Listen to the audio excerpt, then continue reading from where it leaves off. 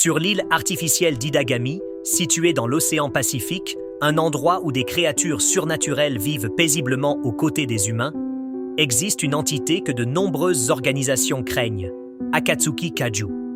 Des rumeurs se sont répandues sur la présence du quatrième géniteur, un vampire immortel que l'on croyait non affilié à aucune faction, n'ayant aucune lignée claire et n'ayant personne d'assez puissant pour le contrôler. Il le qualifie de légende vivante, de cauchemar capable d'enterrer une nation entière si rien n'est fait pour le contrôler. Bien que ces rumeurs restent non confirmées, l'organisation du Roi Lion, agence spécialisée dans la gestion des menaces surnaturelles, ne prend pas ce danger à la légère. Ils envoient immédiatement Yukina Himrai, une talentueuse chamane épéiste de l'organisation, à Idagami pour surveiller secrètement Akatsuki Kaju, qu'ils soupçonnent d'être l'incarnation du quatrième géniteur. La mission de Yukina est claire. Si la cible présente un comportement nuisible, elle doit immédiatement éliminer la menace. Alors que Yukina commence sa mission, Kaju essaie de vivre comme un lycéen normal. Cependant, lors d'une promenade décontractée dans l'enceinte de l'école, il voit accidentellement Yukina attacher ses lacets. Dans ce bref instant, elle apparaît aux yeux de Kaju comme une entité aux traits démoniaques, réveillant ses instincts vampiriques et déclenchant une réaction physiologique caractéristique. Bien qu'il se détourne immédiatement, cette réaction ne passe pas inaperçue. De retour en classe, Kaju se rend compte qu'il n'a aucune motivation pour continuer à étudier, surtout lorsque son ami proche Asagiaba est absent, ce qui rend l'atmosphère plus vide. Une autre amie vient discuter brièvement avant de partir rapidement, laissant Kaju seul avec des tâches non traitées.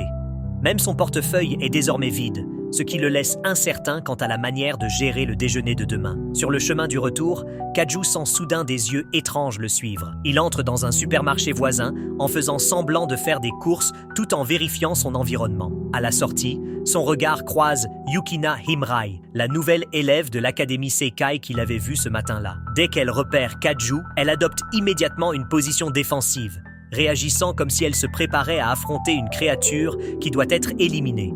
Kaju garde son sang-froid, faisant semblant de ne pas comprendre ce qui se passe, cachant habilement son identité. Après que Yukina ait quitté le magasin, deux autres étudiants l'abordent avec des attitudes inappropriées. Kaju, debout non loin, surveille silencieusement la situation. Il remarque rapidement le bracelet spécial au poignet de Yukina, un objet généralement utilisé pour sceller le pouvoir. Lorsque les deux commencent à franchir les frontières, Yukina riposte froidement avec un courant électrique, obligeant l'un d'eux à révéler sa forme mi-humaine, mi-bête. L'autre utilise la magie pour créer une énergie chaotique, déclenchant le système de sécurité de l'île d'Idogami pour émettre un signal d'alerte. Pour éviter l'escalade, il invoque une bête spirituelle utilisant la magie de Kent, un cheval de combat capable de causer des dégâts considérables. Yukina sort immédiatement Schnelzer, sa lance sur mesure, prête au combat.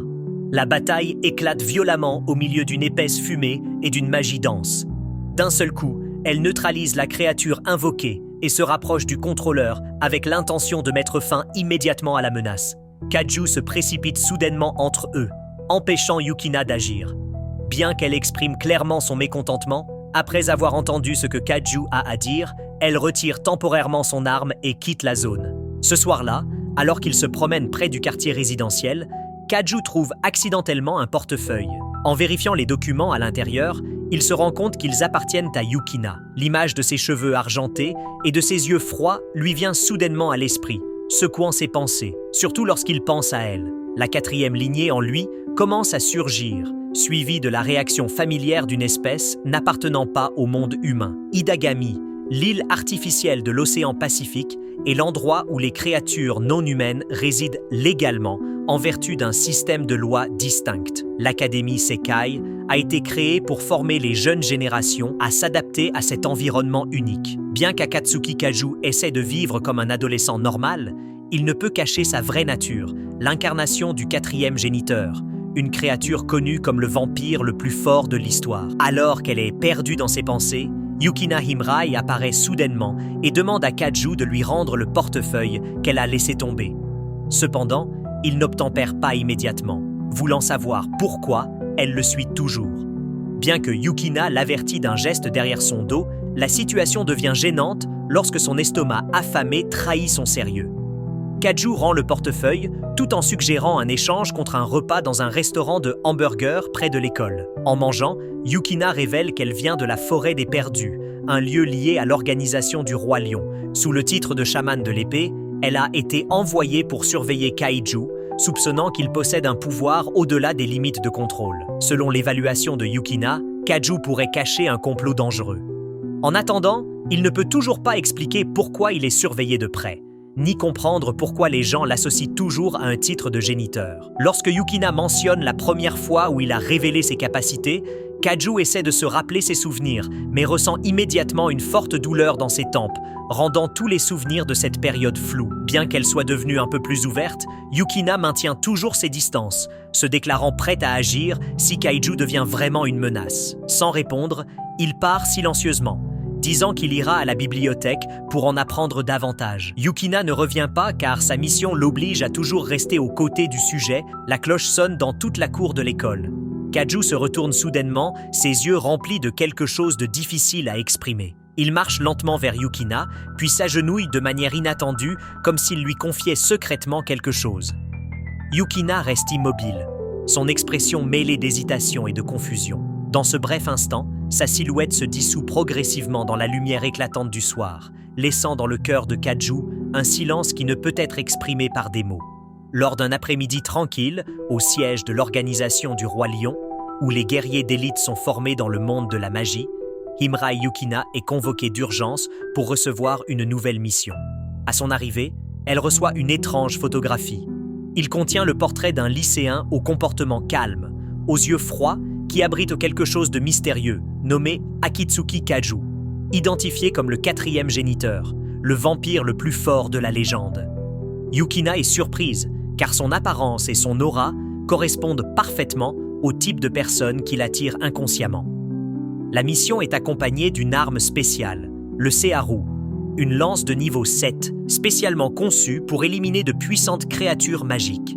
Sous le titre de chamane de l'épée, Yukina est chargée de surveiller Kaju sur l'île d'Idogami au cas où elle découvrirait des signes véritablement dangereux. Elle a le pouvoir d'agir, y compris de procéder à un assassinat si nécessaire. À ce moment précis, dans toute l'académie Sekai et dans la ville insulaire, il y a une agitation à propos d'une chasse à une créature magique se déroulant dans un quartier résidentiel. Les rumeurs se propagent rapidement, créant une atmosphère tendue qui enveloppe tout. Simultanément, les examens semestriels approchent de leur fin, ce qui occupe les étudiants, y compris Kaju. Bien qu'il ne soit pas particulièrement intéressé par les études lors d'un après-midi chaud, juste au moment où Kaju entre dans le dortoir, il rencontre de manière inattendue Yukina. Elle attend dehors depuis longtemps, attendant que le personnel de livraison termine de ranger ses affaires dans sa nouvelle chambre. La nouvelle chambre de Yukina est située juste à côté de l'appartement de Kaju, une coïncidence qui le rend quelque peu maladroit.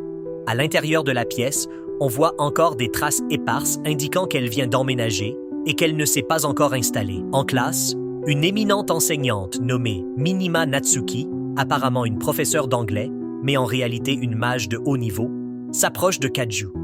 Elle connaît bien sa véritable identité et n'hésite pas à évoquer directement le récent incident de sang versé au centre commercial, un phénomène considéré comme le signe du réveil d'un vampire de haut niveau. Lorsque Kaju semble ne rien savoir, elle change de sujet et met en garde contre l'organisation du roi lion.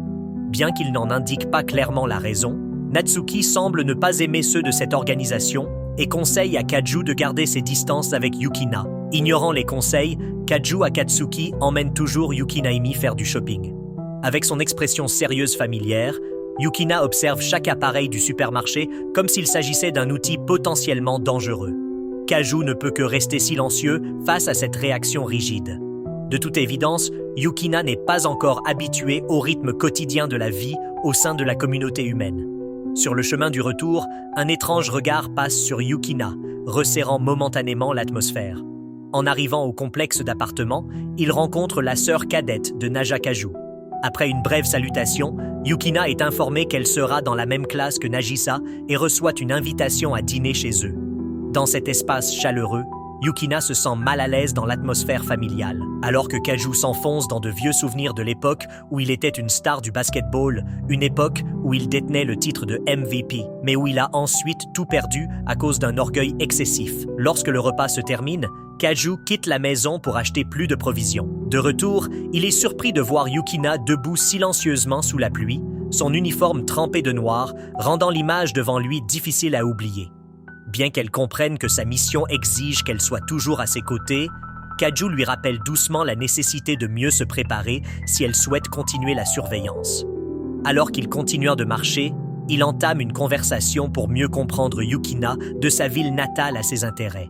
En passant devant une machine à griffes, elle réagit soudainement fortement à l'image d'un ours en peluche. Voyant cela, Kaju tente sa chance, espérant lui offrir un petit cadeau. À ce moment-là, Minima Natsuki, l'enseignante qui est également la superviseure de Yukina, apparaît. Sans avoir le temps de réfléchir, Kaju attrape la main de Yukina et l'éloigne de la zone. Dans un autre développement, alors que les deux s'approchent d'une zone instable, Yukina détecte immédiatement un Kent émettant une puissance magique féroce devant lui. Reconnaissant cela comme une menace de haut niveau, elle élimine Schneewaller, prête au combat. Yukina laisse un message à propos de Nagisa, puis sans hésitation, plonge dans le train qui traverse rapidement la ville. Au milieu du paysage d'incendies qui font rage des deux côtés, Yukina s'approche du point chaud. L'être invoqué apparaît clairement dans l'épaisse fumée, un Kent doté d'une énergie redoutable. À côté se trouve un mage âgé, le contrôleur direct dont le visage respire l'expérience ainsi que des signes de vitalité épuisés. Après une bataille acharnée, le Kent attaque, invoquant un bras géant visant à détruire tous les obstacles devant lui. Cependant, la frappe n'atteint pas sa cible, mais provoque seulement de violentes secousses dans le train, de nombreux wagons s'inclinant, créant une scène chaotique. Yukina monte rapidement pour observer, découvrant que la main invoquée est contrée par une force invisible, causant de graves dommages au Kent, tombé et craché du sang. Immédiatement après, une troisième personne apparaît. L'intention meurtrière émanant des yeux froids et d'un visage rigide signale un danger. Yukina s'approche avec l'intention de servir de médiatrice. Cependant, l'adversaire a déjà dégainé sa lame et a l'intention d'achever le mage blessé. Alors qu'il balance sa lame vers le bas, Yukina se précipite pour la bloquer au moment décisif. Les yeux de l'homme changent soudainement de direction lorsqu'il reconnaît Schneewalzer, la lance symbolisant la puissance du roi lion. Conscient de la véritable force de la fille, il se rapproche immédiatement, lançant un barrage de techniques, forçant Yukina à utiliser toutes ses compétences pour répondre. Elle contre-attaque avec précision, poignardant à plusieurs reprises le corps de l'adversaire, mais tous les efforts ne parviennent pas à le faire faiblir. Un développement inattendu se produit lorsque l'assistant de Tatimail apparaît, créant deux autres bras géants, les utilisant comme des entités vivantes pour attaquer Yukina. Une seule main suffit à la faire chanceler. Lorsque le deuxième survient, la situation devient encore plus défavorable. Au milieu de la pression de toutes parts, une pensée apparaît soudainement dans l'esprit de Yukina. Si elle ne peut pas revenir, qu'arrivera-t-il à Kaju? Soudain, un coup violent venu de loin déchire les deux mains invoquées, suivi d'une puissante vague de vibrations. De l'intérieur de la fumée, Kaju apparaît, ses yeux brillants, montrant clairement des signes de réveil. L'homme arrête temporairement ses actions, sentant clairement le pouvoir magique inhabituel de l'adversaire. Les souvenirs du quatrième géniteur surgissent, le rendant méfiant. Ne manquant pas l'occasion, il se précipite activement, voulant vérifier le véritable pouvoir de celui qui était autrefois considéré comme une légende. La bataille continue et la balance penche progressivement en faveur des hommes. Cependant, au moment critique, un flux d'énergie primordiale provenant des profondeurs de son corps éclate, brisant toutes les barrières.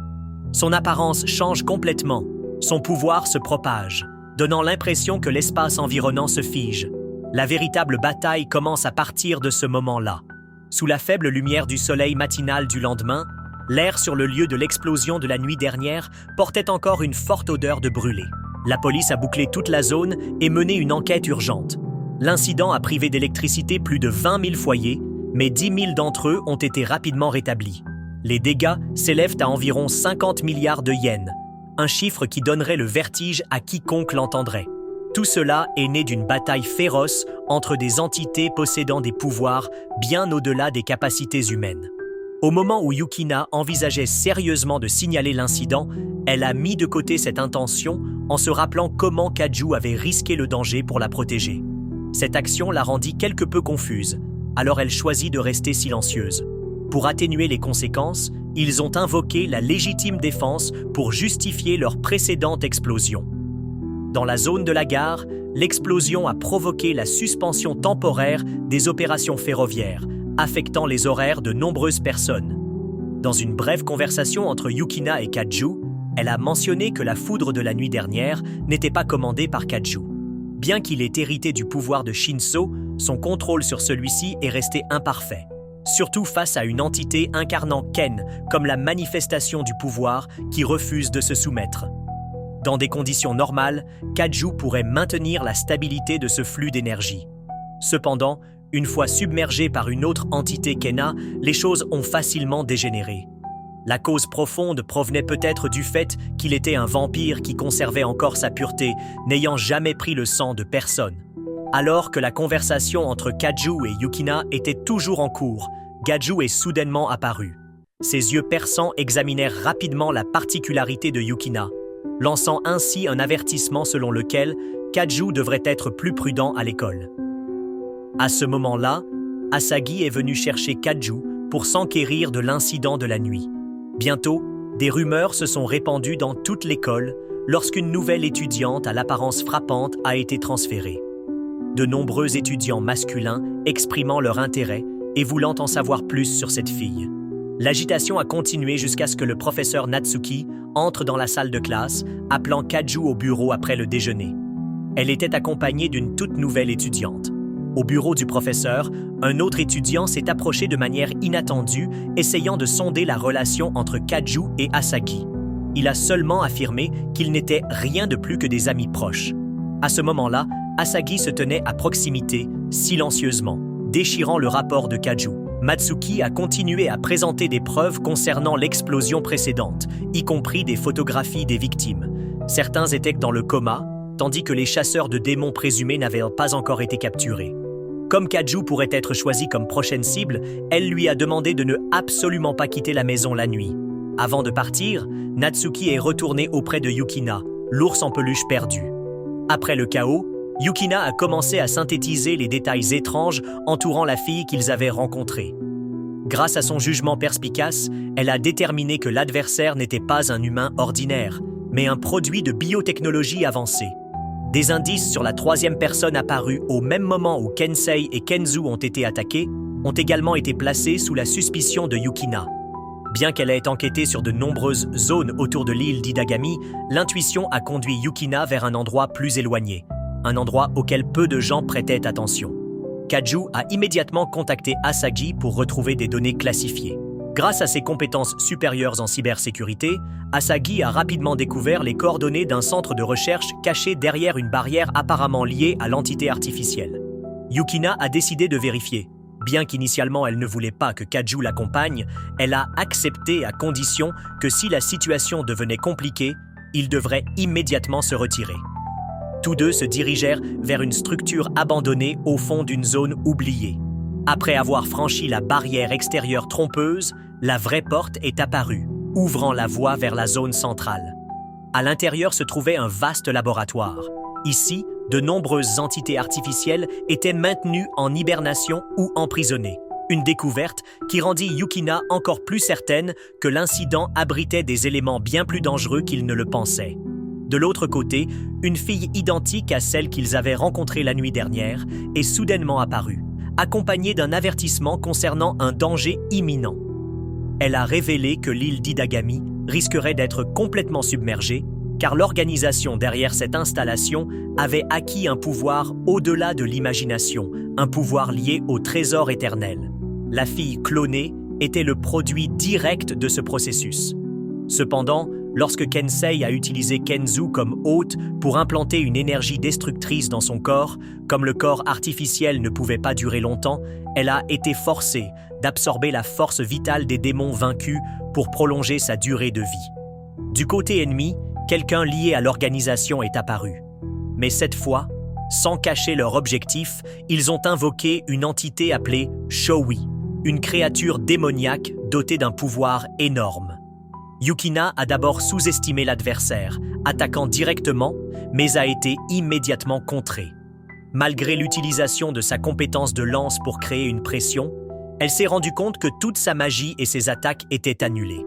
La vérité a révélé que l'adversaire utilisait une capacité spéciale appelée compétence de résonance. La capacité d'annuler la magie et de pénétrer toutes les formes de défense. En un instant, Yukina fut projetée au loin, incapable de réagir à temps à la chute de la hache. À ce moment précis, Kaju s'est précipité, utilisant son corps pour la protéger de tous les dommages. Ensuite, il sortit la hache et frappa d'un coup fatal. Le corps de Kaiju s'est effondré. La blessure était si grave que sa tête était presque séparée de son corps. Entre les mains de Yukina, Kaju n'avait plus qu'une tête sans vie.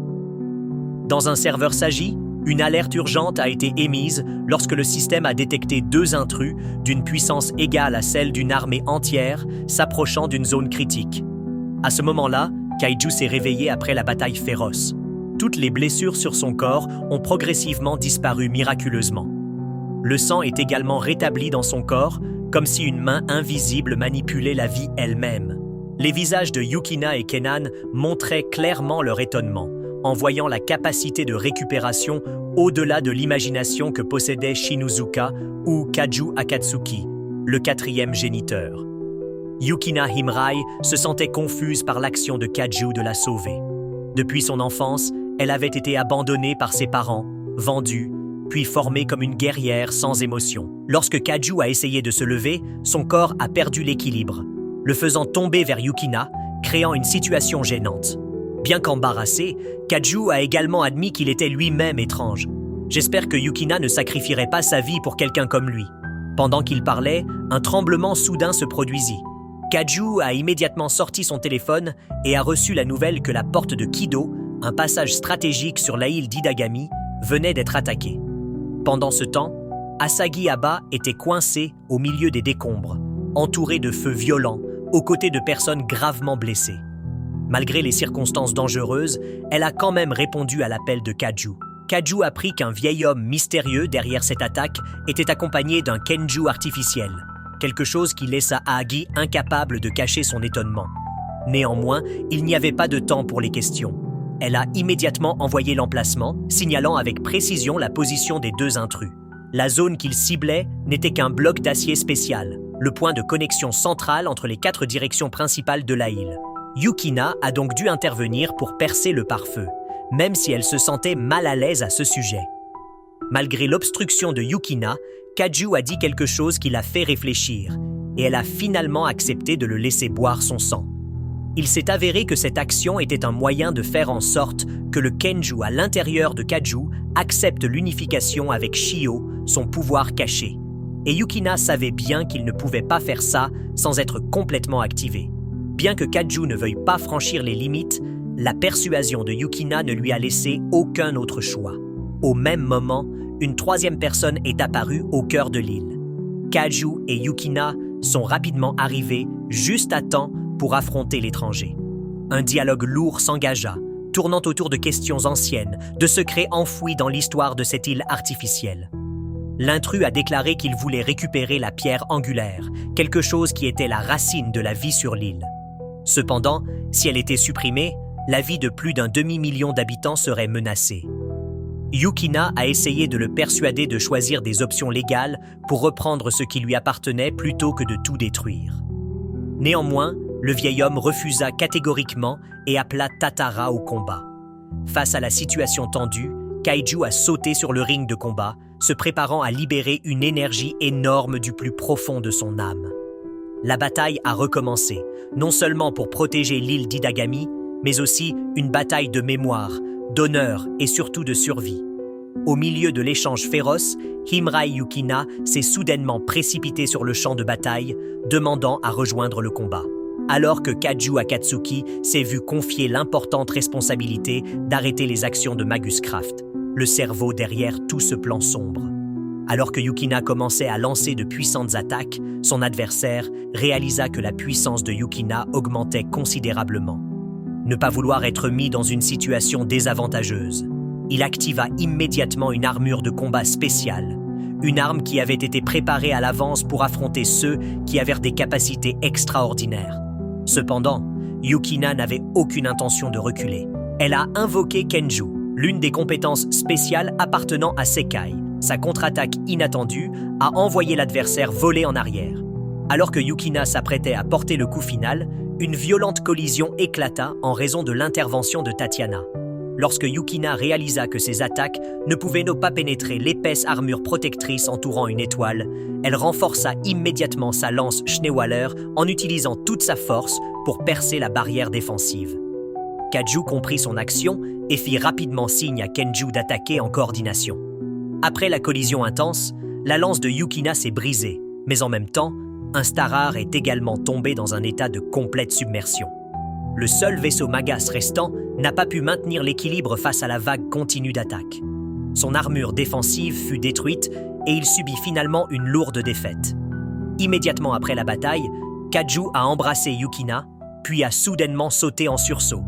Il croyait que s'il prenait le contrôle du Kenju de l'adversaire, il pourrait facilement neutraliser la menace.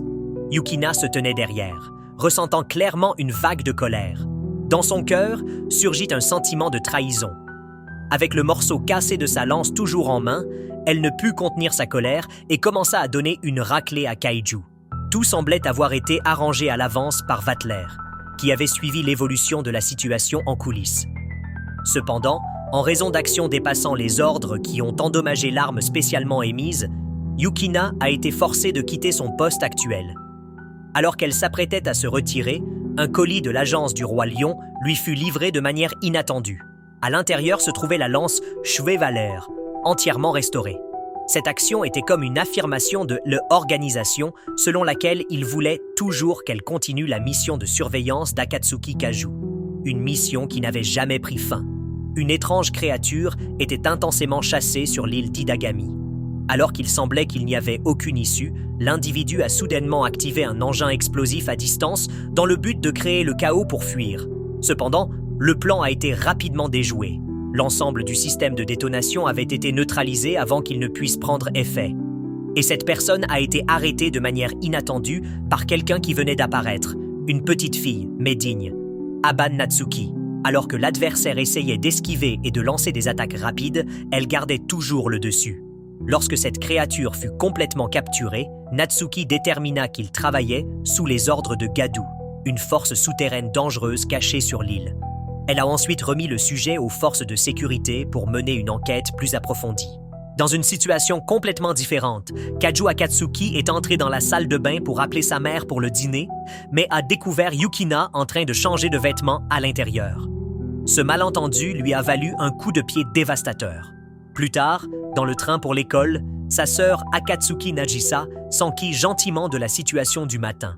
Yukina prit la parole, assumant la responsabilité d'avoir laissé entrer par négligence quelqu'un au comportement étrange dans sa chambre. Elle s'est présentée à la maison pour prendre des mesures corporelles en vue d'une tenue pour un événement sportif. En réalité, sa classe ne participait pas à la compétition, mais y assistait seulement en tant qu'équipe d'encouragement. Certains étudiants masculins de la classe de Yukina lui avaient activement suggéré de leur apporter un soutien moral, ne lui laissant d'autre choix que d'accepter. Asagi Aa, une camarade de classe, a apporté sa raquette de sport aujourd'hui, prête à participer au tournoi. Sur le chemin de la classe, elle a demandé à Kaju quel événement il choisirait. Il répondit qu'il trouverait la discipline la plus simple pour la traverser facilement. À l'école, quand Asagi a regardé la liste, elle a été choquée de découvrir qu'elle avait été jumelée pour concourir avec Kaju. Bien que quelque peu confuse, elle ne pouvait pas changer la situation. Kaju se rassura en se disant que la discipline à laquelle il participait n'était probablement pas trop difficile. Dans un autre cas, Josuka, membre de l'équipe technique, a été soupçonné de transport illégal d'objets expérimentaux. En réponse à ce soupçon, Matsuki est apparue, déclarant qu'elle venait de soumettre quelques individus sous le commandement de Jasuk. Juste au moment où les forces d'escorte étaient sur le point de l'arrêter, il a révélé sa véritable forme de démon. Natsuki a rapidement contrôlé le sujet avec la magie spatiale, puis l'a remis à un début de traitement. Elle a également invoqué Kenju pour améliorer la défense, sachant qu'un star pourrait contrôler ce type d'entité. En vérifiant les dossiers, Natsuki a découvert que l'adversaire avait des liens avec des activités de contrebande. En analysant la situation via le système de surveillance, elle ne pouvait pas clairement prédire le prochain objectif de Gadu, la personne derrière de nombreux incidents récents. Sur un yacht de luxe, Akatsuki Kaju Le quatrième gardien progéniteur a montré des signes de confrontation avec une nouvelle force. De retour sur le terrain de sport, Yukina a progressivement compris pourquoi Asagi était en colère d'être obligée de faire équipe pour la compétition. Après avoir acheté de l'eau, elle a envisagé de partir tôt, mais craignant qu'Asagi ne s'énerve, elle est restée jusqu'à la fin. Juste au moment où Kaju était sur le point de s'asseoir, la chaise s'est soudainement déchirée, suivie d'une série de flèches tirées du plafond. Remarquant l'apparition de deux esprits bestiaux en forme de lion, l'un doré brillant, l'autre blanc argenté, à ce moment-là, Seaka Kurasaka est apparue juste à temps, lançant sa lance pour repousser l'un des deux. Elle s'est précipitée pour éliminer complètement l'esprit de la bête, restant avec une poussée puissante. Yukina arriva alors, identifiant des traces magiques à proximité de la zone. Bien qu'elle et Seaka aient apporté leur soutien, Kaju ne savait toujours pas qui avait agi. L'incident ne s'est pas arrêté lorsque deux autres étudiants ont accidentellement vu Yukina utiliser des armes magiques. Elle avait l'intention d'effacer leurs souvenirs, mais Kaju la rassura en lui disant que son apparence actuelle n'était pas différente de celle de quelqu'un en costume, donc il n'y avait rien à craindre. Ensuite, un messager s'est approché et a remis à Kaju une lettre portant un sceau spécial. Yukina reconnut le symbole appartenant à une puissance majeure. À ce moment-là, Asagi aperçut Yukina avec la lettre, ce qui lui fit mal comprendre quelque chose qu'elle n'aurait pas dû comprendre. La lettre a été envoyée par Gador, le seigneur de Dominion, un territoire sous l'autorité du premier géniteur qui détient 72 puissants familiers. En tant que vampire de sang pur avec une lignée directe du premier, Gaor possédait une influence considérable dans le monde surnaturel. Sur le chemin du retour, Yukina et Kaju ont brièvement discuté de ce seigneur et des possibilités qui pourraient se produire s'ils devaient l'affronter. La lettre contenait une demande étrange. L'invité doit amener un amoureux à la fête. Cela a mis Kaju dans une position délicate, ne sachant pas qui choisir. L'image de Natsuki lui traversa brièvement l'esprit. Cependant, Yukina n'a pas manqué l'occasion de l'interroger, ce qui a amené Kaju à changer d'avis, choisissant Yukina comme compagne pour l'explication raisonnable qu'elle était chargée de le surveiller. Dès leur retour, l'agence du Roi Lion leur avait envoyé un colis, comprenant des tenues sur mesure pour l'événement à venir. La tenue a été confectionnée en fonction des mensurations personnelles de Yukina, prouvant que cette organisation possédait plus d'informations que la normale. Le soir, Yukina et Kaju se tenaient devant le yacht, préparé par l'organisation Dominion. Pendant qu'ils conversaient, ils ne se rendaient pas compte qu'une mystérieuse jeune fille les observait silencieusement de près. À l'intérieur du yacht, lorsque les deux hommes sont entrés et n'ont vu personne, ils ont décidé d'aller au plus haut niveau pour vérifier. C'est là qu'une embuscade a eu lieu. Ils ont été attaqués par une personne masquée, les obligeant à passer rapidement en état d'alerte maximale. Peu de temps après, Velgador, le puissant seigneur du Dominion, est officiellement apparu et a commencé à présenter son identité et le véritable objectif derrière cette mystérieuse invitation. Immédiatement après que Vatler ait terminé son salut, qui était quelque peu dramatique comme d'habitude, une série de couteaux et de fourchettes tranchants ont soudainement volé vers Kaju. Himra Yukina a réagi extrêmement rapidement. Reconnaissant que le coupable derrière cette attaque n'était autre que Sarilin, également connu sous le nom de Kurasaka Siaka, un vieil ami qui avait combattu à ses côtés dans les missions de l'organisation du Roi Lion. Seaka était ravie de revoir Yukina. Après un long moment, elle est venue cette fois sur l'île d'Idagami, non seulement pour rendre visite à son ami, mais aussi en tant que superviseur envoyé pour représenter Lord Aldiger. La lettre d'invitation à Yukina et Kaju a également été remise par Vatler à sa demande. Yukina a présenté Seiyaka à Kaju, tandis que Seiyaka a expliqué que sa mission consistait à combiner la magie noire avec des compétences d'assassinat. Pendant ce temps, dans sa résidence privée, Ava Asagi a appelé Mokiyai, exprimant sa déception en apprenant que Kaju avait des réunions secrètes avec Yukina sans le dire à personne. À moitié en plaisantant et à moitié sérieux, il a dit que peut-être Yukina avait fait quelque chose pour apprivoiser le quatrième géniteur. Yai a encouragé Asagi à être plus audacieuse si elle ne voulait pas manquer son opportunité aux autres. L'appel a pris fin lorsque l'ordinateur d'Asagi a soudainement affiché un code étrange qui s'est avéré être un puzzle qui lui avait été envoyé directement par un système anonyme. À la résidence de Dimitri Vatler, il a parlé avec désinvolture de son lien avec Aurora, le corps sacré originel lié au pouvoir d'Akatsuki Kaju. Avec son caractère taquin inhérent, il n'a pas caché son intention de tester la réaction de Kaju. Mais Yukina Himrai est intervenu à temps avant que les choses ne deviennent incontrôlables. Bien qu'il n'intervienne pas directement, Vatler détecte des traces de sang de Yukina restant sur Kanju, montrant ainsi son intérêt. Il a lancé un avertissement selon lequel, s'ils avaient vraiment un lien de sang, Yukina deviendrait un adversaire dans le jeu de pouvoir qu'il a toujours apprécié. Vatler a mentionné Gatal Kandagrona, un personnage qui avait provoqué le massacre du Grand Théâtre, qui a fait des centaines de morts. Il avait fait partie de l'organisation radicale Black Death, que l'on pensait avoir été éliminée. Cependant, selon Vatler, après l'assassinat du chef originel, certains survivants ont engagé Gatkan pour prendre le relais. C'est Vatler qui a perpétré l'assassinat précédent. Mais actuellement, le successeur opérait sur l'île d'Idagami avec l'ambition de rompre le traité sacré. Ne voulant pas que Kaju prenne de risques, Vatler a confié à Yukina la tâche de s'occuper de Galkand. Il craignait que si Kenju agissait, cela pourrait entraîner des conséquences imprévisibles sur la situation globale. Le lendemain matin, Kaju s'est retrouvé dans une situation délicate lorsqu'il s'est réveillé et a vu un homme allongé accidentellement sur lui. Pris de panique, il a accidentellement touché une zone sensible, les faisant tomber tous les deux au sol. À ce moment-là, Yukina et Nagisa entrèrent dans la pièce, témoins d'une scène qui créa un profond malentendu. Yukina ne parla pas, partit simplement en silence, tandis qu'Asagi rentra chez elle, déçue, pensant qu'elle avait mal jugé Kaju. Personne ne savait que tout était dans le champ de surveillance de Seaka Kurasaka, un mage utilisant une bête spirituelle pour surveiller à distance. Par la suite, Kaju a cherché Yukina pour s'excuser tout en admettant sa peur de perdre le contrôle si la soif de sang éclatait. Il se reprochait de ne pas avoir été assez vigilant, espérant que Yukina comprendrait la faiblesse en lui. Un matin sur l'île d'Idagami, Yukina s'est approché de Minima Natsuki pour obtenir plus d'informations sur la cible Gatkan. Kaju l'accompagnait. Pendant qu'il parlait, l'assistant d'Adi Natsuki apporta du thé, mais seule une portion fut gardée pour le propriétaire. Natsuki a mis en garde contre une approche trop rapide, car selon des données classifiées, Gatkand possédait actuellement un ancien artefact de l'ère du clan sacré.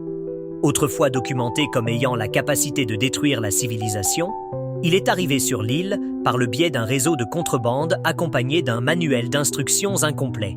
Tous les chercheurs qui avaient tenté de le décoder avaient échoué, et la plupart n'étaient plus libres. Les signaux récents provenant de la zone du quai Est correspondent aux données concernant cet ancien artefact.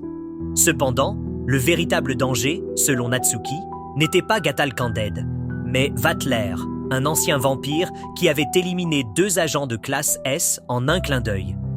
Après la réunion, Yukina a demandé à Kaju s'il avait encore besoin de boire du sang pour contrôler les Kenji.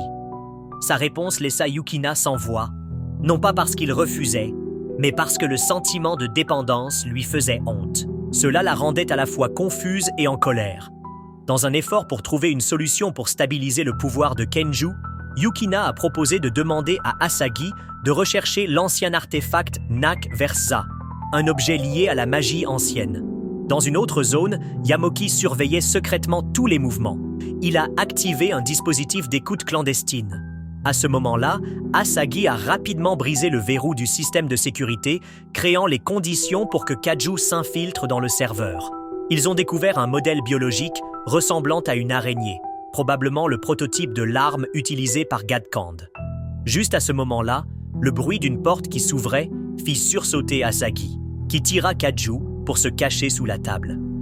Un enseignant est passé, s'est arrêté pour observer, puis est parti sans rien détecter d'inhabituel. Dans cette situation tendue, les saignements de nez de Kaju ont soudainement coulé, une scène qui a attiré par inadvertance l'attention de Seiyaka. Ils ont ensuite quitté le bâtiment et se sont rendus sur le toit pour poursuivre leur discussion. Kaju a mentionné une ancienne séquence de symboles découverte dans le système, ouvrant une discussion autour des langues anciennes et des sceaux non décodés. Déconcerté par les événements de la nuit précédente, Asagi a trouvé une excuse pour partir. À ce moment-là, Seaka est apparue du toit. Sans dire grand-chose, elle a attaqué Kaju pour avoir découvert qu'il avait bu le sang de Yukina. Yukina s'est immédiatement précipité pour l'arrêter. La confrontation entre les deux est devenue tendue, provoquant des blessures accidentelles chez Kaju. Le sang qui tombait activa immédiatement le pouvoir du quatrième géniteur, créant de violentes fluctuations magiques sur le toit. Asagi a été témoin de l'énergie chaotique se propageant de loin. Pendant ce temps, une voiture avec une plaque d'immatriculation peu claire s'est garée près de l'académie. Sur le siège conducteur, la photo d'Asaga était placée de manière visible, signalant qu'une personne dangereuse venait de la cibler. Dans le couloir supérieur de l'académie Sekai, Aba Asagi a accidentellement vu Sarasaki Lafoglia tenant une épée, émettant une lueur inhabituelle. Le comportement sérieux et les yeux vigilants de Lafoglia rendirent Asagi méfiant. Elle s'approcha lentement de la personne qui venait d'apparaître dans l'intention de clarifier la situation. Mais avant qu'elle ne puisse parler, le flux d'énergie d'Akatsuki Kaju commença à fluctuer violemment. Il semblait que la présence de Lafoglia avait stimulé une étrange réaction à l'intérieur du corps du quatrième géniteur. La lignée démoniaque au sein de Kaju a commencé à surgir de manière incontrôlable, rendant l'espace autour de l'école chaotique. La pression énergétique a augmenté soudainement, créant des ondes de choc se propageant dans tout le campus. Lafoglia, bien que l'instigateur ait quand même essayé d'appeler Kaju à s'arrêter, mais il était clairement trop tard. Yukina Himrai, sentant le chaos éclater, est apparue avec Sakuru, sa lance sacrée à la main. Elle est rapidement intervenue en créant une impulsion pour stabiliser le flux d'énergie qui était hors du contrôle de Kaju. Grâce à ce choc, sa conscience est progressivement revenue à la normale. Kaiju a commencé à se disputer férocement avec Lafoglia, l'échange rendant l'atmosphère encore plus tendue. Yukina ne resta pas silencieuse, mais demanda sérieusement ce qu'ils faisaient tous les deux dans un endroit qui nécessitait une protection aussi stricte. Dans son esprit, elle ne pouvait s'empêcher de s'inquiéter de son rôle, de quelqu'un qui avait laissé la situation aller trop loin. Akatsuki Nagiser a couru vers le sol pendant le chaos, ne comprenant pas ce qui se passait. Devant ses yeux se trouvait l'image d'Aba Asagi, inconsciente au milieu de couloirs brisés. Yukina a immédiatement emmené son ami à l'infirmerie où le médecin a confirmé qu'il n'y avait pas de blessure grave. Pendant ce temps, Nagisa rencontre accidentellement l'assistante d'Adi Lafoglia en tenue de femme de chambre, la faisant s'approcher avec curiosité. Après avoir repris connaissance, Asagi ne se souvenait que vaguement de la silhouette de quelqu'un tenant une lame apparaissant avant qu'elle ne s'évanouisse. Yukina dit doucement que c'était une connaissance, devinant secrètement que Lafoglia était devenue jalouse en voyant Kaju à côté d'Asagi. De manière inattendue, Asagi a directement posé des questions sur la relation entre Yukina et le quatrième. Sur le toit, Kaju et Lafoglia ont été punis en s'agenouillant pour avoir causé des problèmes. Ils continuèrent à se disputer sans cesse avant que Kaju ne prenne activement ses responsabilités. Bien qu'il se plaigne du travail de supervision, il ne nie pas sa confiance en Yukina. La conversation a changé lorsque Lafoglia a présenté une photo d'enfance d'elle avec Yukina. Alors que Kaju s'approchait, Lafoglia fit un pas en arrière. Un compliment inattendu la fit rougir d'embarras. Soudain, Adi est apparu, annonçant que des ennemis s'infiltraient par la porte. Avant qu'ils puissent se préparer, les démons avaient déjà envahi l'école. Nagisa s'est enfuie en panique et a rencontré un inconnu dans le couloir, ce qui l'a fait crier fort. Yukina a été obligée d'assommer Nagisa pour éviter une panique généralisée. Gat Kandrona entra de manière inattendue, suivi d'un inconnu. Tous deux se sont approchés d'Asagi, lui demandant d'accomplir quelque chose d'important. Adi s'est immédiatement placé devant pour assurer une action défensive. Cependant, l'autre n'a pas hésité, a sorti une arme et a tiré droit. Le coup de feu a résonné jusqu'au toit, obligeant Kaju et Lafoglia à se précipiter immédiatement vers le bas. En raison d'une influence magique résiduelle, Kaju a temporairement perdu l'ouïe d'une oreille. À son arrivée, il fut stupéfait de voir que Yukina et Asagi avaient été maîtrisés et emmenés. Une longue nuit d'incertitude commença. À l'infirmerie, Kaju a rencontré Adi, gravement blessée, dont la manche était trempée de sang. Elle venait de reprendre connaissance après le conflit intense. À ce moment-là, Jured, un membre de l'unité qui poursuivait les assaillants, a secrètement pris une pilule spéciale cachée dans sa manche. Après quelques secondes, son corps brillait, une énergie magique l'aidant à flotter dans les airs.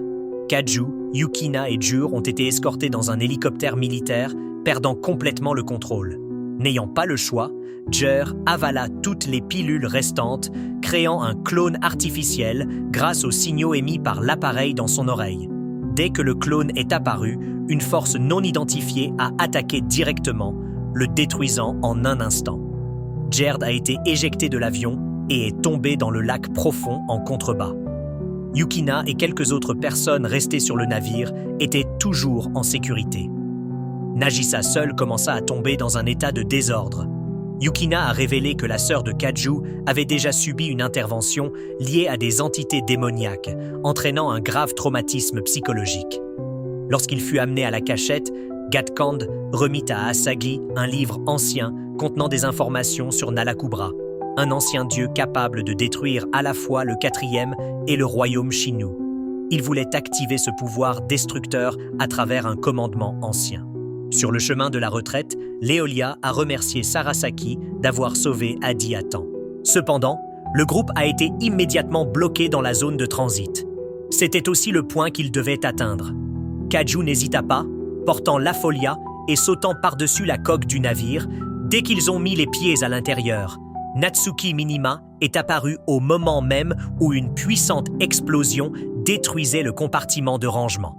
Vattler est réapparu avec son sourire perpétuel.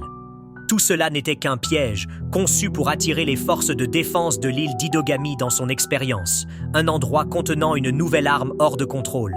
Immédiatement après, Malaku fut convoqué.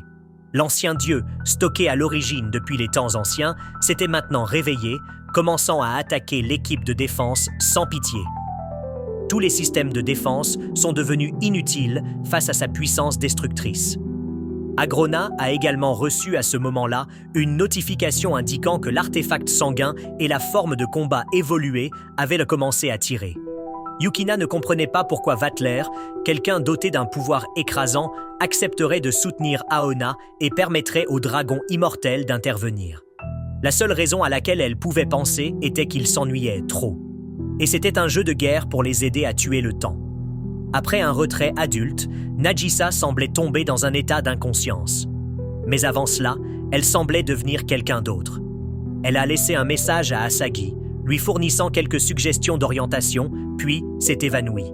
La flamme de la destruction, source du pouvoir de l'ancien dieu, s'était maintenant allumée. Vattler se tenait au milieu de la bataille, jetant quelque chose d'en haut comme s'il ordonnait l'attaque. Il a pris la responsabilité de détruire le noyau de contrôle de Nalua.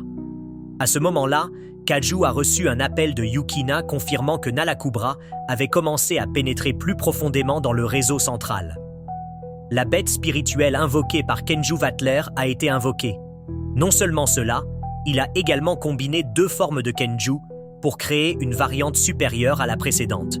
Kaju, clairement conscient de la menace qui se présentait à lui, retint activement Nalaku, tandis que le groupe de Yukina cherchait à neutraliser le noyau. Lorsque Vattler a exprimé son intérêt à rejoindre la bataille, Kaju a immédiatement demandé qu'il n'intervienne pas, car dans cette bataille, il voulait y mettre fin lui-même. Vattler accepta et ordonna à Kenju de détruire la ligne de transmission des armes stratégiques, ouvrant la voie à une contre-attaque. Kaju Akatsuki avança profondément au centre de la bataille, tandis qu'Asagi Aba persistait à se concentrer sur le décodage d'un texte ancien pour trouver un moyen de sceller l'ancienne machine. Yukina Himrai a commencé sans hésitation à se déplacer de manière indépendante pour fournir un soutien extérieur. Pendant ce temps, Kaju essayait d'éviter une série d'attaques consécutives de Nalakubra, l'ancien dieu de la destruction en plein éveil. Une glissade lui fit perdre l'équilibre, mais Seaka Kurasaka s'était précipité juste à temps, prenant à sa place une terrible attaque. N'acceptant pas que son ami subisse davantage de dommages, Seaka explosa, déchaînant sa technique la plus puissante, balançant sa lame directement sur la jambe de Naluver. Cependant, l'ancien bouclier énergétique qui l'entourait empêchait la coupure de pénétrer. La force réactive de la barrière a poussé Seaka à voler en arrière. À ce moment-là, Kaju a invoqué Kenju, sa bête spirituelle, et a créé un mouvement écrasant pour la sauver du danger par un cheveu.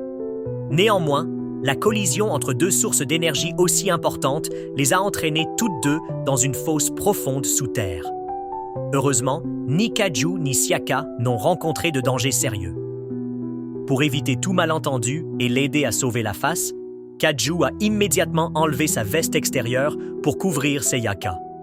Au milieu de l'espace humide, des colonnes d'eau montaient continuellement en raison de la pression souterraine. Nalakubra a continué à se régénérer, rampant du sol à une vitesse extraordinaire grâce à sa capacité d'auto-guérison. Pendant ce temps, Asagi avait finalement terminé de décoder l'ancienne séquence de caractères, une information jouant un rôle crucial dans la désactivation du système de contrôle de cette arme ancienne. Yukina avait alors infiltré la zone de protection centrale de la base. Elle maîtrisa rapidement ceux qui montaient la garde et s'enfonça plus profondément à l'intérieur. La scène qui se déroulait devant ses yeux la laissa stupéfaite. Une série de machines Naluver en phase d'activation, prêtes à être déployées à l'extérieur. Sur le champ de bataille, Aona Gatolkan a clairement révélé son ambition de contrôler toute l'armée antique. Il a affirmé que même Vatler n'avait pas saisi la véritable ampleur du plan. Le but ultime était de effacer Hidagami, la terre protégée par le 4e géniteur. Après avoir transformé sa forme, il a attaqué Yukina avec une grande pression mortelle. Débordé lors du premier échange, Yukina a été forcé de battre en retraite pour récupérer Shiwaler, puis a activé toute sa puissance. La confrontation s'est poursuivie avec acharnement. Bien que Yukina ne soit pas complètement dominante, elle a réussi à couper l'un des bras de l'adversaire. Malgré la blessure, Arona n'a pas faibli, mais a rapidement utilisé les otages comme bouclier, puis a activé le système, prenant le contrôle de Nalakubra. Au sous-sol, Seaka, s'étant remis de sa chute, a soudainement embrassé Kaju, lui donnant du sang pour sa guérison. Cette action a non seulement augmenté le pouvoir du 4e, mais a également servi d'engagement à l'accompagner. De loin, Kenon Keniz et Vatler ont assisté à la scène, Vatler exprimant sa satisfaction de voir Kaju commencer à mûrir. À ce moment-là, un pilier de lumière jaillit directement dans le ciel, un signal indiquant qu'un nouveau Kenju était en train d'être invoqué. C'était la colère du 4e sous la forme d'un guerrier divin blanc. Natsuki Minamiya est intervenu juste à temps, téléportant Yukina loin de la zone dangereuse. Simultanément, elle ordonna l'évacuation de Seaka et d'Asagi. La bataille commença à pencher en faveur des forces de défense de l'île. Son téléphone sonna. L'appelant était Asagi Aba. D'une voix inquiète, Asagi annonça que l'ennemi avait terminé de décoder la structure de contrôle de Malakwa, poussant la situation dans un état d'alerte élevé. Siaka, toujours en train d'observer de loin, ne put s'empêcher de se demander quand elle vit Yukina s'approcher de Kaju alors que l'énergie du 4e fluctuait violemment.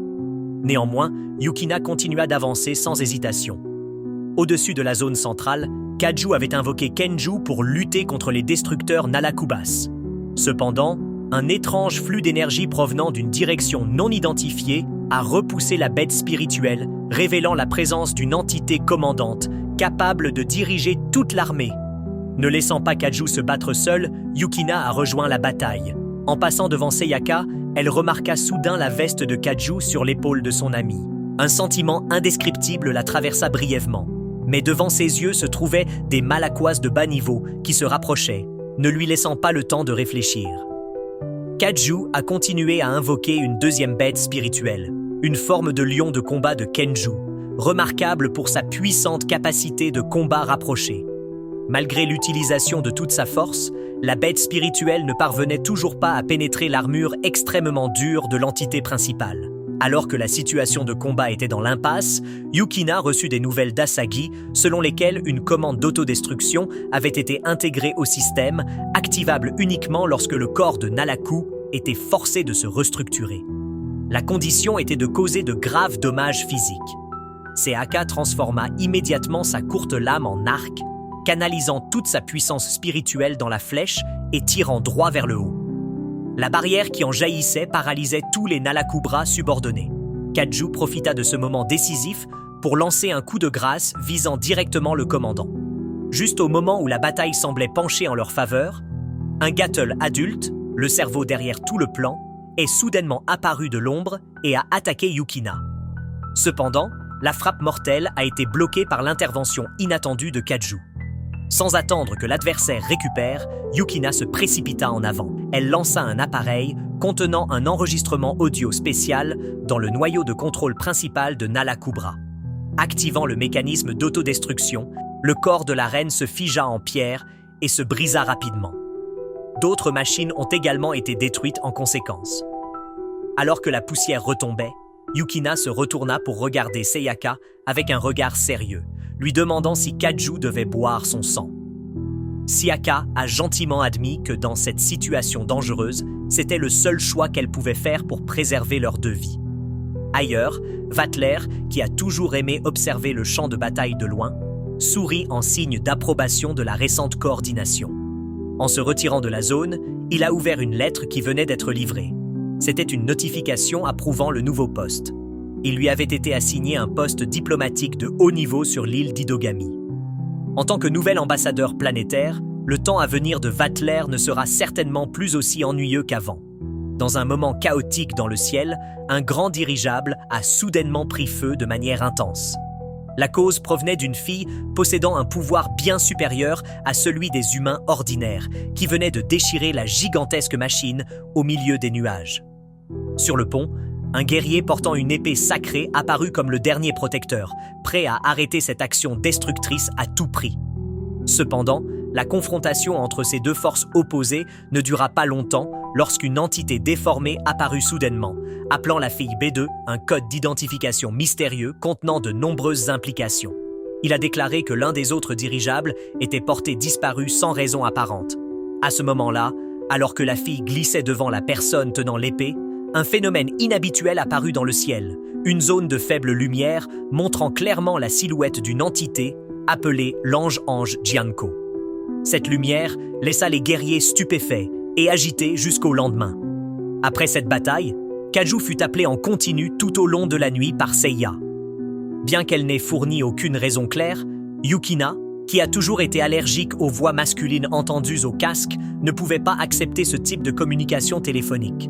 Cela l'a visiblement bouleversée, choisissant de se séparer du groupe pour y aller seule, ce qui a amené ses camarades de classe à remarquer sa fatigue inhabituelle et à soupçonner qu'elle était confrontée à des problèmes relationnels personnels.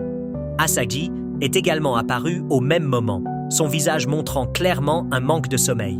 L'épuisement simultané des deux filles a suscité une suspicion croissante chez leur entourage. Après le cours, Asagi a exprimé son désir de rencontrer Kaju en privé à la fin de la journée. Comme promis, il arriva à l'endroit qu'elle avait désigné, où Asagi lui demanda soudainement de retirer sa veste extérieure pour qu'elle l'utilise comme référence de dessin.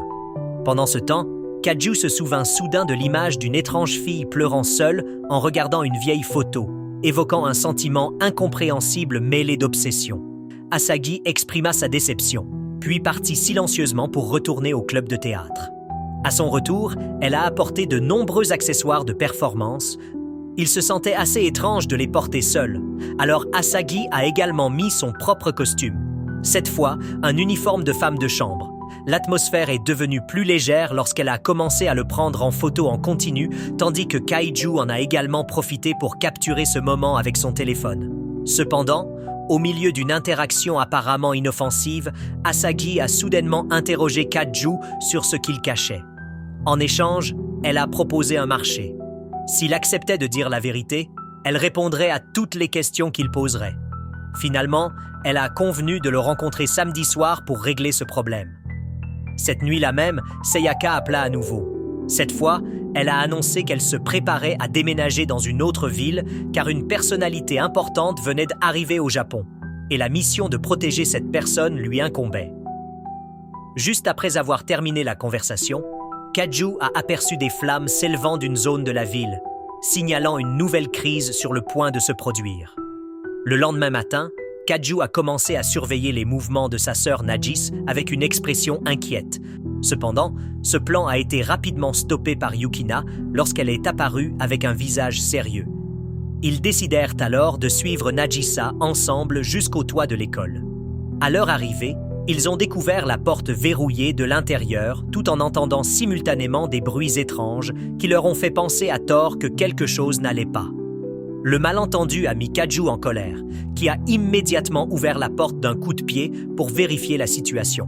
Cependant, la scène derrière la porte était simplement celle d'un petit chat qui se promenait, créant accidentellement le son étrange plus tôt. Kaju se tourna pour interroger Najisa sur le contenu de la lettre qu'elle cachait. Je pensais qu'il y avait quelque chose d'important qui nécessitait des éclaircissements, il s'est avéré qu'il s'agissait simplement d'une liste de membres du club d'un camarade étudiant, Akatsuki, qui essayait de trouver quelqu'un pour prendre soin de ce chat perdu. Nagisa se sentait gênée que ses frères pensent que l'acte d'adopter un chat avait des implications romantiques.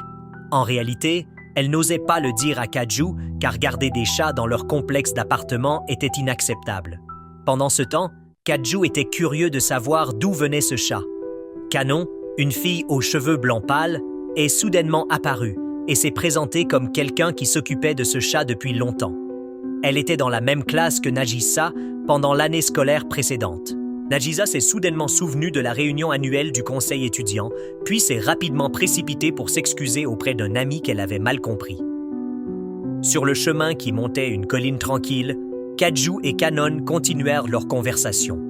Son enfance a été associée à un monastère abandonné où elle a grandi en passant la plupart de son temps à s'occuper de chatons sans abri. Bien qu'elle les aimait tendrement, elle craignait toujours de ne pas pouvoir rester éternellement avec ces petites créatures. C'est pourquoi Kanon a toujours essayé de trouver des personnes de confiance pour les adopter une par une. Pendant ce temps, ailleurs, Kaju s'est approché de Natsuki pour comprendre la situation liée à la récente série de disparitions. À l'intérieur d'une chambre d'isolement vitrée, la 5e victime a été retrouvée inconsciente. Cette femme avait perdu une partie importante de ses organes internes autour du diaphragme et des reins, des signes indiquant qu'il ne s'agissait plus de crises ordinaires. Tatler est apparu, lançant un avertissement selon lequel l'âme de cette femme possédait une attirance inhabituelle, ayant peut-être attiré une entité dangereuse. Tous les signes indiquaient que tout était lié à une mystérieuse fille apparue la nuit précédente, coïncidant avec le moment où un cuirassé avait complètement disparu de la zone de contrôle. L'armée ne pouvait pas affronter cette créature car sa puissance dépassait de loin celle de n'importe quel système d'armes humaines. Vatler a clairement exprimé une attitude déterminée, affirmant que Kaju n'était pas autorisé à intervenir dans l'affaire simplement parce qu'il ne pouvait pas vaincre cette fille. Lorsque Kanon a rendu le chat à une étudiante qui vivait près de son ancien domicile, cette petite fille a commencé à partager les souvenirs douloureux autrefois liés à cet endroit. Il y a quelques années, Kanon a été victime d'un grave accident. Et ce qui a fait frémir les gens, c'est qu'elle seule a survécu au milieu des ruines. Après avoir terminé l'histoire, la petite fille partit silencieusement, laissant Kanon avec le petit chat qui venait de trouver la dernière créature encore à ses côtés après tout. Avec un regard mélancolique, elle a décidé d'élever personnellement ce chat comme un moyen de perpétuer un morceau de mémoire non clos. À ce moment-là, Natsuki apparut, ne cachant pas son sérieux en découvrant des animaux dans l'enceinte de l'école, chose interdite par le règlement. Néanmoins, elle a temporairement mis de côté les règles à la condition que Kaju accepte de l'accompagner ce soir-là pour accomplir une mission spéciale. Comme convenu, Kaju s'est présenté, cette fois accompagné de Yukina. Natsuki a présenté une série d'incidents inhabituels, en particulier l'événement d'il y a 3 jours, tout en soulignant qu'en seulement 2 semaines, 5 incidents similaires s'étaient reproduits. L'objectif de ce soir était de retrouver la trace de ceux qui utilisent de faux formulaires pour causer des troubles. Dès que l'avertissement a été lancé, le suspect est apparu. Natsuki a immédiatement activé le signal d'attaque avec des fusées éclairantes explosant dans les airs pour désorienter. En un instant, tout le groupe fut téléporté vers la zone de combat centrale. 2 entités étranges se sont livrées à une confrontation féroce, provoquant de violents tremblements du sol. Yukina dégaina sa lance, se préparant au combat, tandis que Natsuki essayait de sceller les deux avec de la magie. Cependant, la puissance de l'adversaire a dépassé les attentes, échappant facilement aux chaînes magiques. La situation devenant incontrôlable a forcé Natsuki à changer de direction. Alors que la zone environnante commençait à se fissurer, elle déploya une nouvelle barrière pour stabiliser la structure tout en appelant Kenju avec le 9e attribut pour retenir l'ennemi. Mais avant que la contre-attaque ne puisse être lancée, l'entité adverse a frappé en premier. À ce bref instant, un coup fatal fut porté, faisant tomber le masque de celui qui avait été touché. La personne qui a sauvé Kaiju à ce moment-là n'était autre que Kanon. Ses yeux flamboyants, agissant froidement par instinct. Le fait d'enfoncer ses ongles dans les yeux de l'ennemi, puis de finir comme une bête sauvage, a fait taire tout le champ de bataille. Par la suite, Kanon déploya ses ailes, volant dans la nuit, laissant d'innombrables questions sans réponse. Les traces restantes ont conduit Yukina et Kaju à une entreprise de technologie d'automatisation où travaillait le père adoptif de Kanon. Cependant, au bureau principal, ils ont reçu la nouvelle qu'elle n'était pas présente. Grâce à l'autorité de l'agence du roi Lion, Yukina a été autorisée à contacter des responsables de haut niveau. Le secrétaire personnel du directeur de l'Institut a confirmé qu'il se trouvait dans un centre de recherche isolé au large où séjournait Kenon. Après quelques échanges, l'assistante a directement escorté les deux jusqu'à l'aire d'atterrissage. Pendant le vol, Yukina a essayé de rester calme malgré sa peur du vide. Dans son esprit, les images du jeune Kanon apparaissaient comme un enfant non pas adopté par amour, mais pour servir à des fins expérimentales. Cette pensée fit penser par inadvertance à Yukina à elle-même, à la similitude difficile à nommer entre deux destins. Dès qu'ils ont posé le pied sur Terre, le pilote était déjà parti après un message d'avertissement. Le sentiment d'isolement est immédiatement apparu lorsqu'ils ont découvert que cette zone était vide. Sans une seule personne, pas de signaux de communication. Yukina a commencé à marquer manuellement le chemin par précaution. Alors que tous deux tâtonnaient sur le terrain déchiré par la guerre, la pression du silence prolongé érodait progressivement leur morale, les faisant douter de leur capacité à battre en retraite si les choses devenaient incontrôlables. Pendant ce temps, dans une vieille chapelle où Kenon avait vécu, Siaka retraçait silencieusement les indices restants. Elle a trouvé de nombreux poils de chat, prouvant que cet endroit avait autrefois eu des activités. Alors qu'il observait, Kaju est soudainement apparu. L'étrange aura qui émanait de lui rendit Siaka prudent. À cette époque, Nagisa et Asagi sont venus à l'église pour se renseigner sur le Kanon. En voyant Kaju, Asagi l'a immédiatement reconnu comme la personne qui l'avait attaqué dans le passé, provoquant une tension qui s'est rapidement propagée. L'échange houleux a provoqué une escalade du conflit, forçant Kaju à invoquer Kenju pour empêcher que des choses terribles ne se produisent. Cependant, le contrôle de Kenju n'était toujours pas complètement stable, rendant la situation plus chaotique. Dehors, Yukina entra trempée, tenant toujours sa lance familière. La raison était que Kaju avait pensé à un moyen d'attraper des poissons en créant des impulsions électriques dans l'eau. Une idée audacieuse mais peu pratique. Voyant cela, Yukina prépara silencieusement un dîner simple à l'avance. Bien qu'appelé dîner, toute la nourriture était préparée à partir de noix de coco, le seul ingrédient qu'il trouvait sur l'île. Lorsque Kaju a bu de l'eau de coco, il s'est soudainement souvenu de ses souvenirs d'enfance où il jouait à cuisiner avec sa sœur Nagisa et avait mal au ventre à force de trop manger. En même temps, il se souvenait également de sa promesse à un saji, quelque chose qu'il avait hésité à tenir. Pendant ce temps, Yukina observait silencieusement la scène du coucher de soleil sur la plage. La lumière du soleil tint l'horizon en rouge, créant un paysage paisible au milieu de journées chaotiques. Ailleurs, Asagi suivait les traces de Kaju grâce à son supercalculateur personnel. Après de nombreuses recherches, elle découvre une photo montrant Kaju et Yukina embarquant sur un mystérieux vol en direction de 2 îles au large. Sur la base des données de vol, l'ordinateur a déterminé les coordonnées de la destination et l'heure de décollage. Siaka a ensuite dépêché une équipe de garde-côtes déployant des vedettes rapides pour s'approcher de la zone ciblée. De retour sur l'île, le temps a commencé à devenir froid. Le froid qui s'infiltrait dans la canopée rendait l'atmosphère encore plus étrange. Kaiju ne pouvait trouver Yukina nulle part, alors il suivit les faibles empreintes de pas sur le sable. Il vit Kanon se baigner. La scène inattendue fit tourner la tête de Kanon, ses yeux glacés se fixant sur Kaju. En un instant, sans avertissement, le flux de puissance émanant d'elle ne laissa pas le temps à Kaju de réagir, s'effondrant sur place.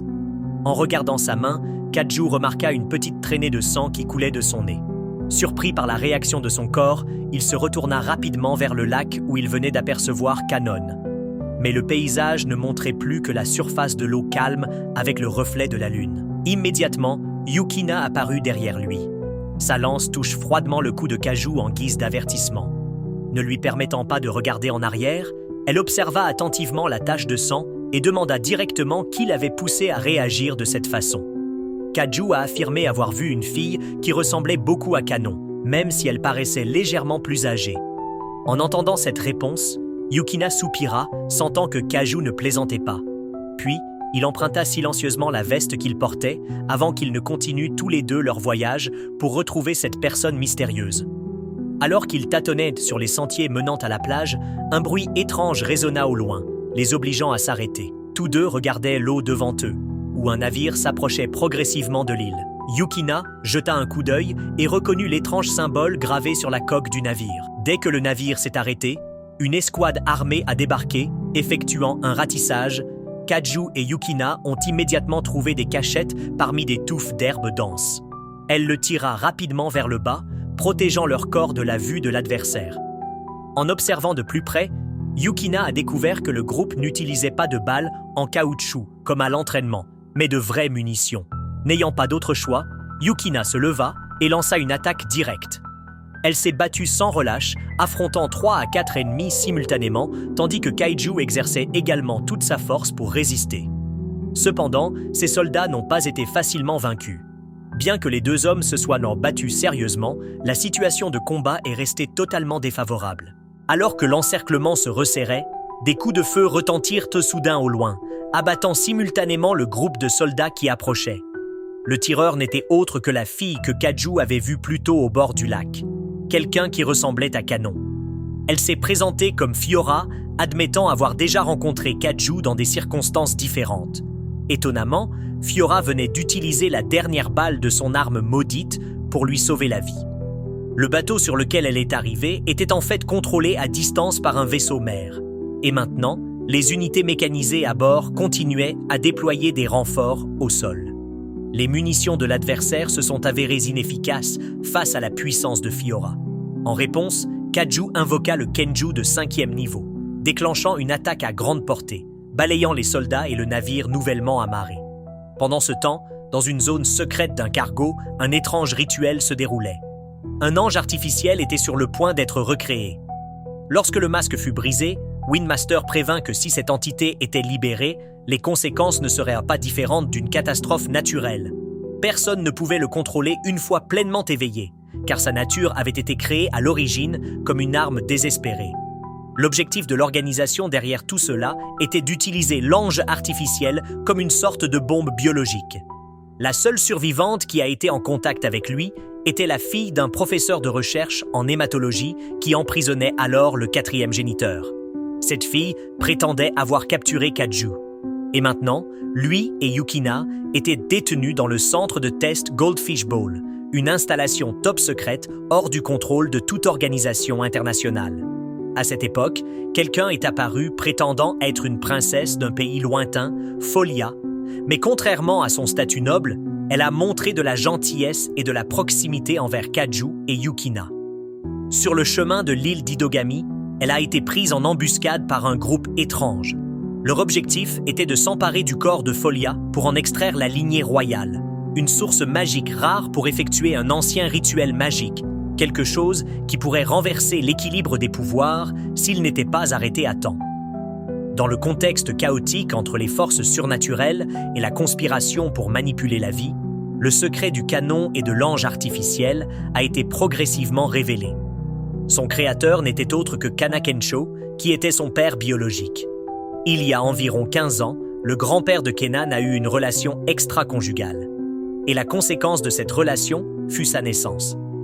Ironiquement, cela a fait de Kenan la tante de Yukina Himoga par le sang. L'apparition de la jeune fille apparemment inoffensive est rapidement devenue une menace sérieuse.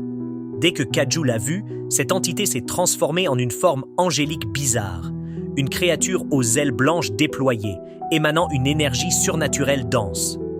Pendant ce temps, Folio Reavin avait réalisé que tout était orchestré par Kensho.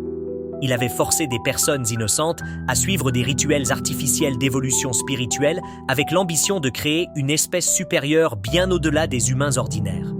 Alors que la situation devenait tendue, un autre navire mystérieux est apparu sur l'océan.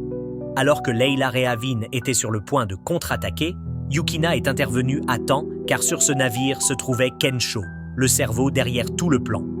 Il a admis que Kenon n'était pas seulement une entité expérimentale, mais qu'il avait également vaincu 3 des 7 sujets principaux de ce projet. 6 cristaux de pouvoir créés de ses propres mains ont tous été absorbés par elle, faisant d'elle une entité presque sacrée, presque impossible à contrôler. Pour continuer à améliorer le pouvoir de Kenan, le groupe de Kensho a décidé de la libérer pour qu'elle se batte une fois de plus. Lorsque le coffre lumineux fut ouvert, Kenon se réveilla lentement. Devant elle se tenait Yukina, avec la lance de Schneevaler à la main, déterminée à ne pas reculer. Malgré le lancement d'un coup fatal, la pointe de la lance n'a pas pu pénétrer la couche défensive entourant cette entité. Yukina était sur le point de continuer à attaquer lorsque Sayaka Kurasaka est soudainement apparue en utilisant son arme Kenzuku, transformée en lance pour bloquer la frappe. Folia s'est battue contre un démon restant du projet. Pendant ce temps, Kenon s'envolait dans les airs, la lumière émise par ses ailes, rendant tout d'une luminosité aveuglante. Par la suite, un obus léger fut lancé directement là où se tenait Kaju, le forçant à invoquer le 5e et le 9e Kenzuku pour se défendre. Néanmoins, le professeur Lafolia a franchement admis que le pouvoir de Kenan avait atteint un niveau au-delà de la catégorie de ce monde, quelque chose que le Kenzuku ne pourrait jamais détruire. Kaju a été sérieusement attaqué, tandis que Yukina s'est précipitée pour l'aider. Au milieu du chaos, le vent marin commença à se lever violemment. Un tourbillon est apparu alors que Kenan avait complètement perdu le contrôle. Le professeur Lafolia et les autres se sont rapidement enfuis pour sauver leur vie. Yukina a quand même essayé d'appeler Kaju, qui était maintenant retenu dans un bouclier protecteur par la FIA. À ce moment-là, Sarilyn a utilisé son arc et ses flèches pour détruire tous les robots attaquant le vaisseau lointain. Natsuki Minya était également présente, venue rassembler des preuves pour coincer la société de recherche sur les robots. Elle a révélé que Folio Reavin était toujours en vie et actuellement avec son groupe sur une île secrète. Le groupe avait prévu de s'y rendre. Cependant, lorsqu'ils virent un pilier de glace s'élever soudainement au milieu de la mer, ils pensèrent immédiatement que Kaju avait encore provoqué quelque chose d'imprévisible. Bien que Kanon Kaki ne montre aucun signe de conscience, Yukina l'a scellé à temps et avec soin pour éviter les risques d'instabilité dans son corps. Même si les blessures externes s'étaient refermées, au milieu de la poitrine de Kaju, un étrange sceau apparaissait encore clairement, indiquant que son état n'avait pas été complètement résolu. Les méthodes de guérison ordinaires n'ont pas donné de résultat, les forçant à envisager une autre option, réveiller l'un des familiers capable de régénérer la force vitale de son maître. Folatia, un vampire doté d'une profonde compréhension des mécanismes familiers, a décidé d'essayer d'utiliser le sang pour stimuler la récupération de Kaju. Ayant entendu que cette action était assez délicate, elle a demandé à Yukina de détourner le regard pour éviter une situation gênante lorsque ses lèvres ont presque touché la personne inconsciente. Cependant, Yukina ne pouvait pas laisser cette fille le faire seule. Elle s'est immédiatement avancée, prenant ses responsabilités, coupant sa propre peau et utilisant son sang pour se transférer sur Kaju. À ce moment-là, la soif de sang en lui s'éveilla progressivement. Le pouvoir s'est réveillé, les blessures ont rapidement disparu et son corps a recommencé à bouger. Après que Kaju ait repris conscience, Froya a raconté tout ce qui s'est passé depuis le moment où il s'est évanoui jusqu'à la création du pilier de glace dans son état incontrôlé. Kanon, qui avait réveillé ce chaos, tomba dans un état d'inconscience prolongé, les forçant à planifier immédiatement son sauvetage. Bien que le renouveau ait été quelque peu inhabituel, les signes provenant des familiers de Kaju ne montraient toujours aucun changement positif. Froa a décidé de réessayer avec un contact plus intime, dans l'espoir d'accélérer le processus de réaction. Cependant, lorsque ses lèvres se touchèrent légèrement, Kaju se détourna, gardant ses distances. Sans abandonner, Frozatia s'est même assise sur lui pour forcer le contact afin de stimuler directement sa capacité de récupération. Pendant ce temps, Kanon était assise seule dans un coin froid, le visage lourd d'inquiétude. Kaju est venu à ses côtés, la rassurant et lui promettant de la ramener saine et sauve. Cependant, personne ne savait que derrière eux, le professeur Kensei Kanis observait toujours silencieusement tout le développement. Un acte qui a rendu Kaju encore plus furieux en entendant Kensei révéler que la mère de Kanon était sa propre sœur. Au lieu d'éprouver des remords, Kenny pensait qu'il offrait à Kanon une opportunité de s'élever au-dessus de l'humanité, ce qui rendait la situation encore plus préoccupante. Une fille portant une armure en plastique qui ne ressemble en rien à une copie d'un monde fantastique. Elle a non seulement frappé en premier, mais a également amené deux entités étranges qui étaient des copies créées inconsciemment par le canon de la lignée royale, Son coup a provoqué des fissures dans la couche de glace entourant la zone, ouvrant la voie à une nouvelle bataille. Sans échappatoire, tout le monde fut entraîné dans le chaos, où les lignées, les pouvoirs et les secrets furent révélés petit à petit sous le froid clair de lune.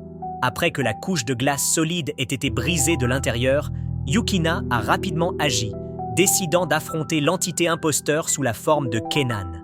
Alors que Kaju choisissait d'approcher et de sauver la vraie jeune femme tombée dans un état chaotique, tandis que les deux camps s'engageaient dans un combat acharné, Yukina démontrait clairement des progrès remarquables. Elle ne comptait plus entièrement sur les armes, utilisant plutôt ses propres mains pour submerger l'adversaire. Des frappes tranchantes combinées à de l'agilité ont laissé l'ennemi incapable de réagir à temps. Et finalement, il a été vaincu dans un état complètement impuissant. De l'autre côté, Folia a manipulé la bête hybride avec une précision absolue. Son canon était non seulement puissant, mais aussi rempli de techniques habiles. Après avoir vaincu la cible, la fille sous la forme de canon s'est mise en colère, se précipitant vers la Folia, déterminée à riposter. Cependant, la princesse royale ne s'est pas laissée facilement décourager. D'un simple mouvement décisif, avec son épée sacrée, elle repoussa l'attaque imminente. La lumière de l'épée brillait intensément, concentrant la puissance de la lignée royale, mettant fin de manière convaincante à l'ennemi. À cette époque, les clones de Kenon ont suivi le commandement de Yukina en raison de l'influence de sa contrôlabilité, ne résistant plus. Alors que tout le monde stabilisait temporairement la situation, Kaiju continuait à faire face à la vraie forme de Kanan, qui n'avait pas encore complètement récupéré de son état de perte de contrôle. Il se remémora doucement des souvenirs d'enfance où ils s'étaient occupés de chats ensemble, suscitant un peu d'émotion dans l'esprit de la jeune fille, déconcertée par le pouvoir maléfique. Néanmoins, l'attaque de Kenan a eu lieu malgré l'appel de la mémoire. À ce stade, une nouvelle carte a été utilisée par Kaju, le troisième Kenju, une bête spirituelle sous la forme d'un serpent dragon à 2 têtes. Dès qu'elle fut invoquée, cette créature enveloppa rapidement l'espace d'une aura terrifiante. La bataille entre l'ange perdu et l'ancien dragon a éclaté dans une scène de chaos violent, lorsque l'attaque de percée la plus puissante a été lancée. La barrière entourant Kenan a été déchirée.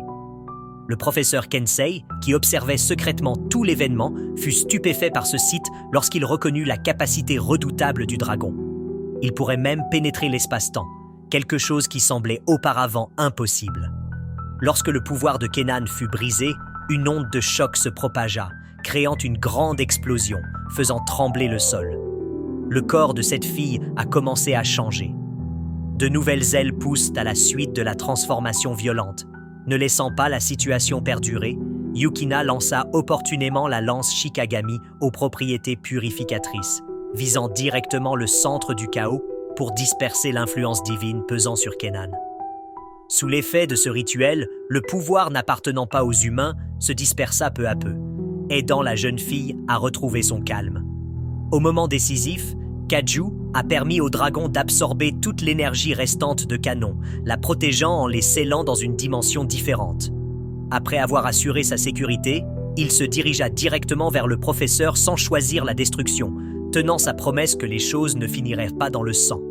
Plus loin, 2 gardiens, Natsuki et Saravati, sont arrivés juste à temps, aidant à nettoyer la scène et escortant tout le monde loin de la zone dangereuse. Kenon s'est réveillée plus tard d'un long sommeil rempli de cauchemars. Ouvrant les yeux, elle vit que tout le monde était toujours à ses côtés.